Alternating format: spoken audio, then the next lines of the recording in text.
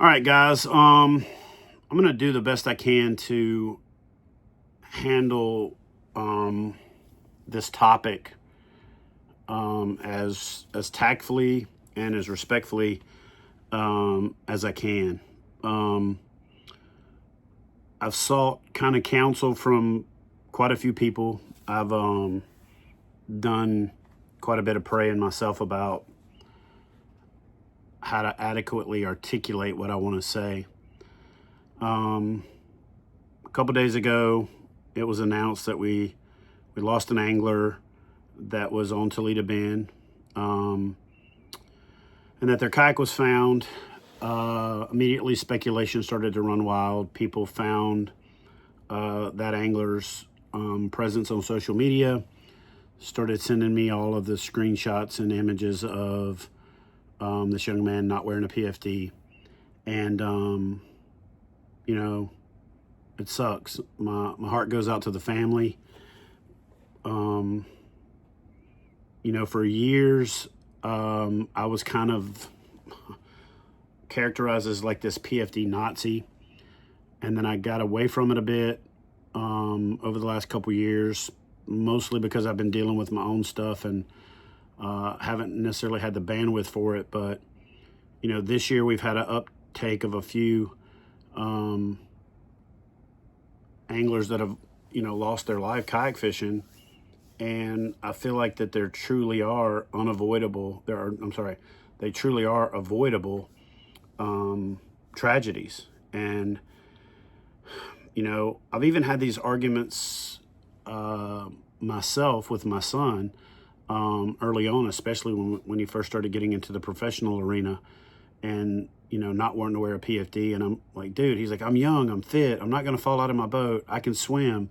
All of those things that, really hits home when you see a young, fit, college kid that loses their life, doing something that they genuinely loved. Aside from seeing the pictures of this young man not wearing a PFD,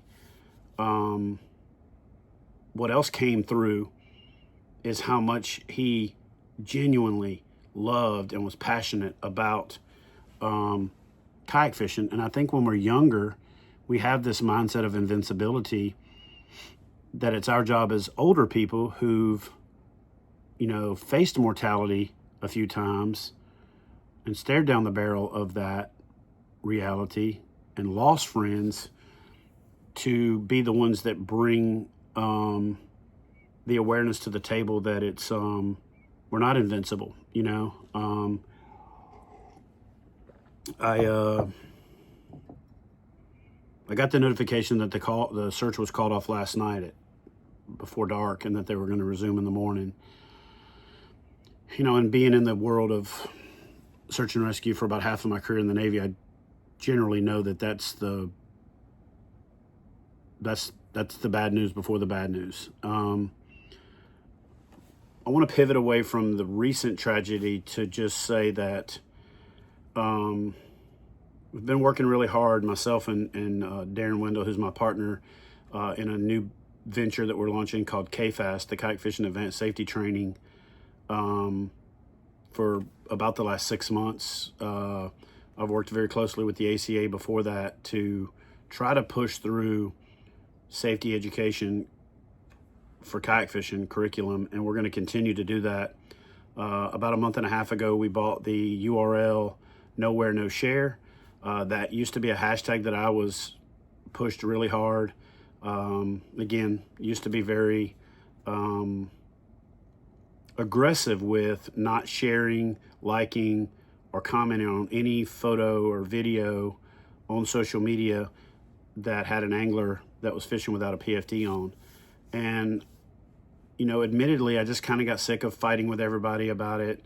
Oh, it's not required, it's not state law, only fat old people need it, and all the things. And I had so much other things going on in my life that I needed to focus on. I personally kind of backed off of my conviction of pushing the narrative. And, I don't want to come across, like a vulture who is kind of circling because of this tragedy. This is a culmination of this tragedy and several of the other recent ones we've had this year, that's weighed pretty heavily on my heart, that like this is people in the sport I love. It's people in the sport we love needlessly losing their life for something that would be, something that's avoidable.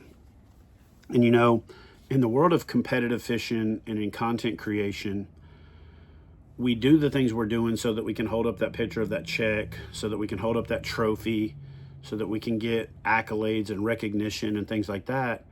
And so if there's a penalty for not setting the example, that your content doesn't get shared, that your photos don't get reposted, that they don't get engagement, I think we can use that as some form of pressure, if you will, to put the pressure on folks to wear their PFD.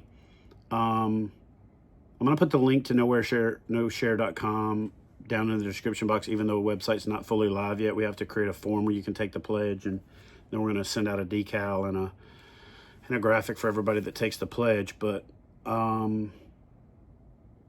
I just want you to comment in the comment section if you can on board the concept right now that we take that pledge to go a step further than the Wear It campaign from the Coast Guard, but we actively stop sharing content if people are not wearing their PFD.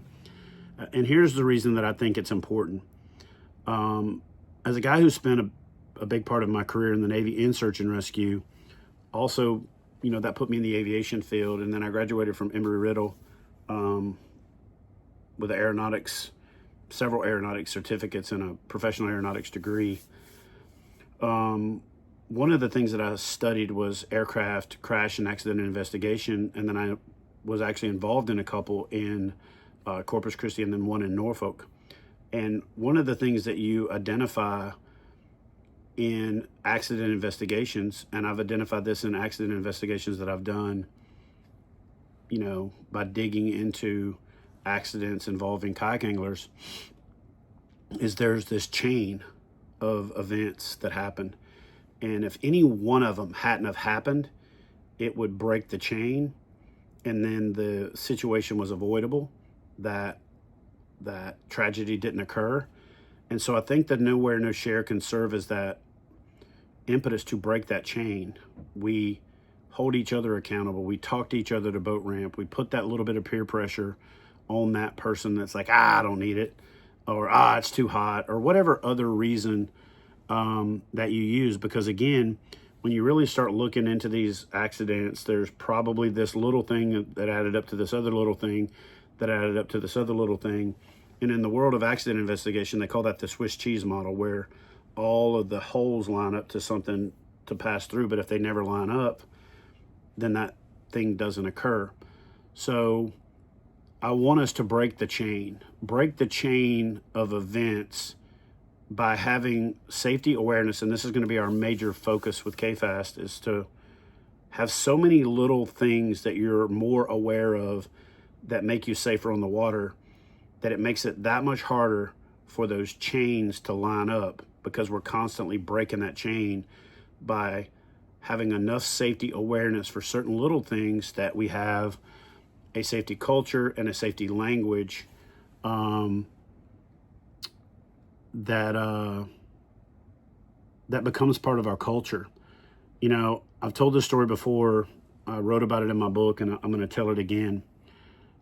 Austin's about 7 years old. We're driving to a spot in Virginia Beach to go fishing, and I look over and he's got this like perplexed look on his face. I was like, "What's going on, buddy? What you got on your mind?" He said, "Dad, does PFD stand for prevention from drowning?"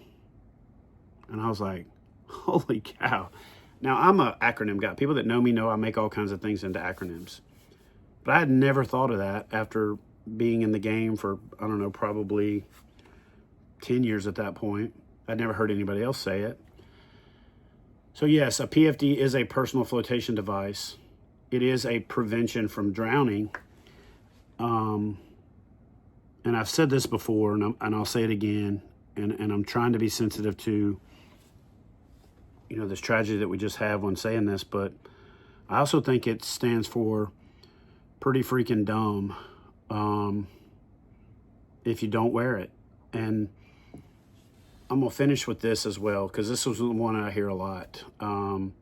Sometimes there's like an autopsy or something that after the fact, originally it was blamed on the PFD, but then it's determined that the person had an aneurysm or a heart attack or something along those lines. This week's event is a little extra tough for a lot of us in the community, because we also lost an angler during pre-fishing for a KBF event, also on Toledo Bend. When we used to go there, we called it the End on the Bend, and we lost one of our, one of my favorite people that was ever part of our community, a lady named Rebecca Golden. But she was wearing her PFD, and it made recovery that much easier, and we recovered her that night. And that doesn't do a lot for her, but it did a lot for the community. It did a lot for her family. It did a lot for having, not having a whole cadre or corps of rescue personnel risking their life to try to find or recover somebody. Because let's not mince words here. There is inherent risk when you're launching helicopters and launching boats and doing these things to go out and find people. There's numerous times where people have been in the act of doing a rescue that have lost their life.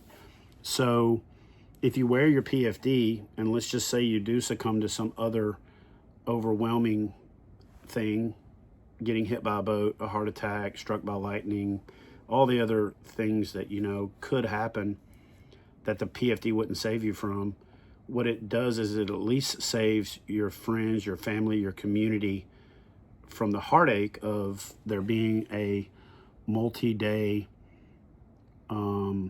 search that needs to happen before the closure can start, and before the body can be recovered, and then the people in that that bubble that are immediately affected, and then the greater circle that they are a part of, that they affect, can begin that healing and grieving process that much sooner. And again, I'm trying to avoid the whole sounding morbid. I'm trying not to insult anybody here.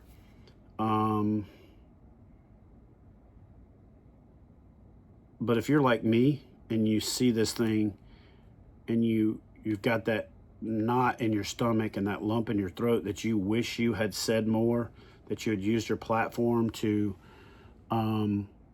push the issue, let's not let this young man's passing be in vain, and that this is the catalyst, again, I don't know what the right word is here, but let this be the spark that lights the fire for all of us to hold each other accountable, and to at least raise the bar to the minimum acceptable standard, that wearing a PFD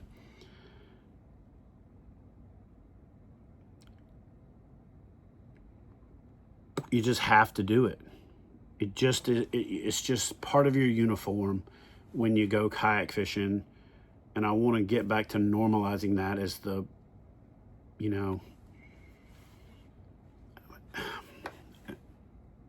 it's the minimum. I don't want to say it's the standard, but it's at least the minimum. Yeah, so y'all do me a favor. Let me know your thoughts in the comment section, so that when I redo this video later on, when it's not such an open wound, we can do the best we can to articulate how important it is to wear your PFD, and how important it is for each of us to hold each other accountable for wearing our PFD and setting the example for everybody else that's watching.